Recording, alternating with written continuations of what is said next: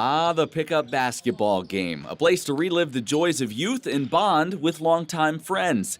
This particular game has become a tradition, filled with many former Liberty stars and alums. They've been meeting, rain or shine, for basketball and brotherhood for the last 20 years. McKay Wilkerson is one of the earliest members.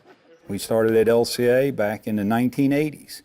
And for some reason, we just kept it up over the years. And, I was 57 years old this year. Max and I have probably been playing at least 22, 23 years together. And really became friends over the last probably 15 years. These guys, including Liberty basketball coach McKay, are about to learn that not only does basketball bring people together, but unfortunately, so does tragedy. It was a typical Sunday night. We're hooping. Maxey was on fire, as Maxey can get. He didn't miss a shot. He was hitting everything, and we're like, man, what's up, Maxey? You're hitting everything. And we were on the same team together that night, and we'd played our games, and Maxey typically would sit out after the second or third game just to readjust knee braces, kind of just take that break. Knew that that's what he could run, and then he would get back out, play a couple more games, and that was kind of his night. And we were going up and down, and one of the guys said, "Hey, help, help." We were on the opposite side of the court, and we just hear him yelling, at Maxey, Maxey, Maxey, and we just stopped. And you just see Maxey kind of tilted over on the bleacher and fairly unresponsive. That was it. That was the start of, the next, what seemed like forever.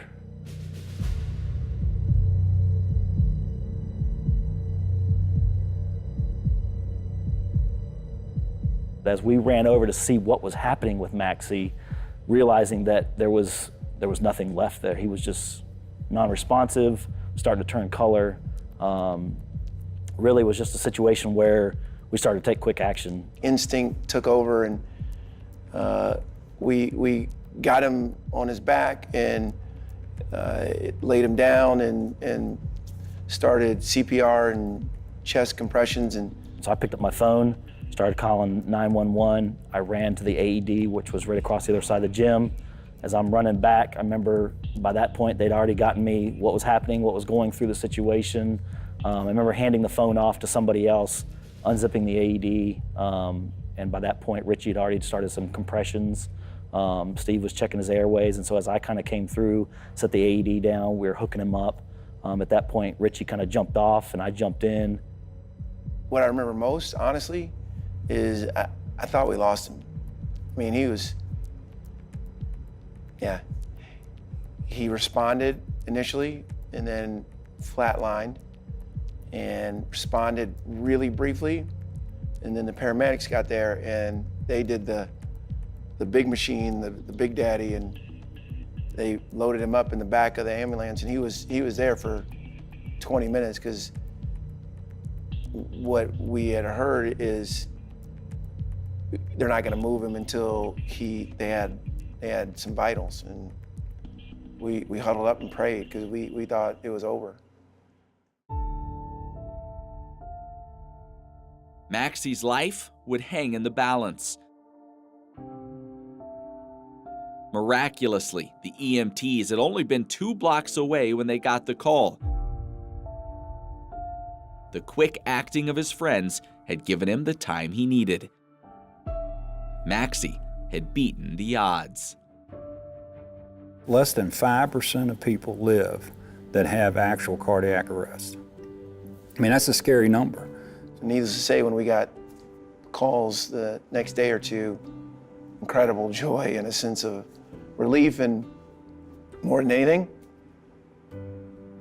the affirmation that we serve a miraculous God. I mean, if you think about it, basically I'm not breathing, I have no pulse.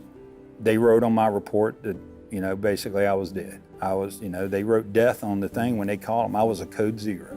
To get the phone call from Jimmy or a text, whatever it was, that said, hey, Maxey's, had this done, they've replaced this.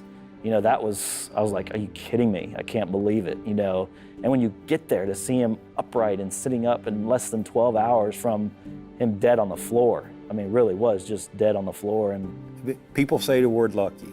There's no such thing as luck. It does not exist. You know, there's a purpose and there's a path, but divine intervention was definitely in play that night. That intervention came in part due to the fact that two of the friends that rushed to help Maxie that night had just recently received CPR training. We got an email about taking a CPR class, and we had a similar one at Virginia, and I thought it was mandatory, so I thought I had to. We practiced on the dummies and watched the videos, and we did all that, and I thought then, just like I thought the first time I did it, great to have, but probably won't ever need it. Well, fast forward about 10 days, 2 weeks, and there I was. And, you know, if I could encourage anyone watching, you just never know.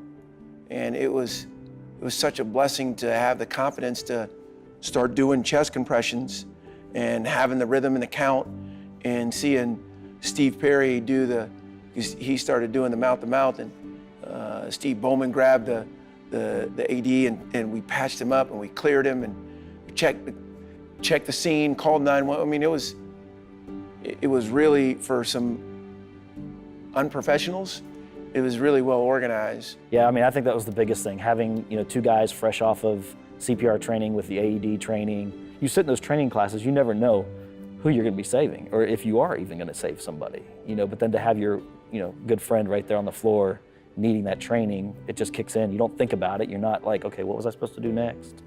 It just happens, you know. And so God was definitely, you know, had a plan for Maxie after this. Look, when he came back to the gym about 2 weeks later, you know how you think as a Christian, man, if I was only around when Jesus was alive, if I just had access to what the disciples had access to, I would never, ever doubt him. It was one of those moments, like, he was done. I even called my wife and said, I think one of our guys just died. And to see him walking in there and smiling, it was like, really, would you ever not trust God in his sovereignty again? And yeah, so it was neat to be a part of.